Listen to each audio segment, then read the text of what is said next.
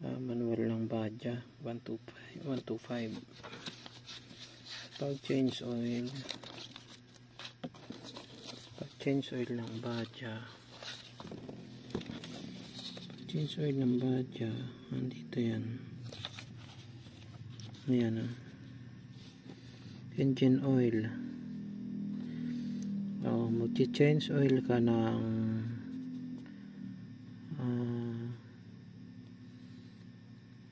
pagdating ng 750 sa iyong odometer. Ayan, R. Ibig sabihin niya replace.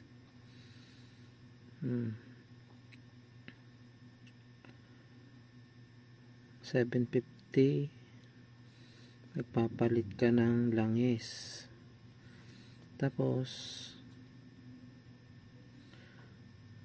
teka, bakit yung yun nga 750 sa una ayun replace.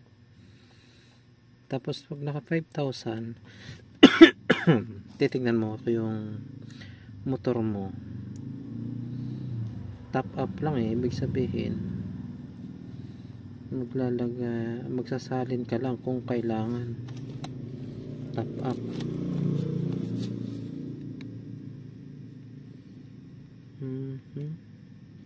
Siguro kung nabawasan siguro, pero bakit naman nagbabawas yun kung change oil na lang din siguro, palit na lang din 750. Tapos pagdating ng 5,000 sa odometer, change oil na uli. Tapos 10,000 change oil uli, replace. Yan, ibig sabihin kada 5,000 kilometro magche-change oil na. Magche-change oil na kada 5,000 kilometro. Ayan.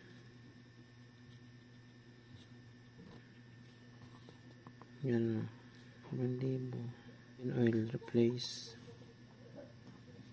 5,000, 10,000, 20,000, 25. Palit yung top up na yan, parang lang yun yung banto. Kaya lang kung hindi naman nababawasan yung langis mo, bakit yung magbabanto? Excuse me.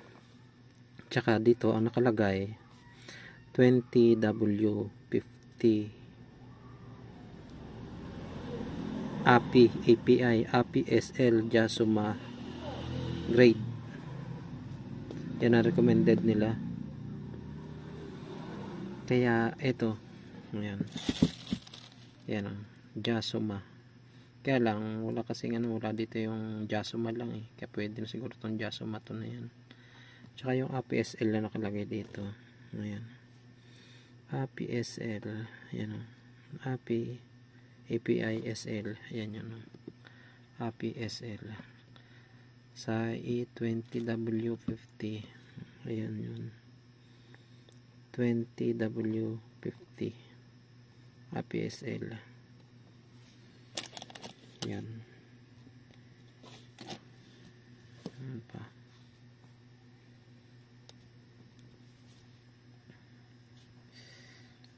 Yan yung recommended sa I-20 APSL Jasuma.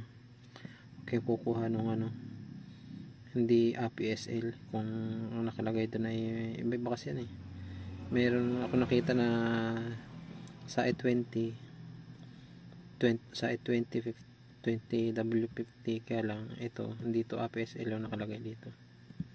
Iba yung nakalagay dyan. Bali ganun lang, kada 5,000 palit ng change oil. Tsaka para sigurado, magpalit na rin kayo ng oil filter kada change oil palit. Pwede naman salitan sa una, hindi kayo magpalit ng oil filter. Una magpapalit, pangalawa hindi kayo magpapalit, pangatlo magpapalit. Yan, salitan lang pero mas maganda nun ano, kada change oil palit ng oil filter. Yan. Tsaka huwag kayong gagamit ng ano, mas mababa yung ano, yung yan, tulad niyan 20W. Huwag kayong gagamit ng 10 o ganun, masyado manipis yung langis nya, maglalagitik yung ano nyo, valvula nyo. Kasi yan talaga yung recommended. Tsaka isa pa, pagka mag change oil kayo, halimbawa change oil lang, ayan, refill 900 ml 900 ml lang. Pag naman ay in-overhaul yung makina nyo, 1100 ml, ibig sabihin 1 litro, isang puno doon sa blue na yon, 1 litro, tapos meron pang sobra na 100 ml pagka overhaul. Pag yung hindi naman in-overhaul, 900 lang, diba, change oil lang yan, 900 ml lang. Huwag nyo ilalagay yung buong 1 litro ng langis na, kasi 1 litro yun yung nando sa blue. Kailangan 900 lang, 900 ml. Mayroong 100 ml na ano, yung mga lalagyan ng mga ano, doon nyo pwede sukatin, ilagay nyo lang doon 100 ml, tapos yung tira 900 ml na yun, yun ang isalin nyo sa motor. Yun, 900 pag refill o pag change oil lang, 1100 ml pag in-overhaul yung motor nyo. Yun lang.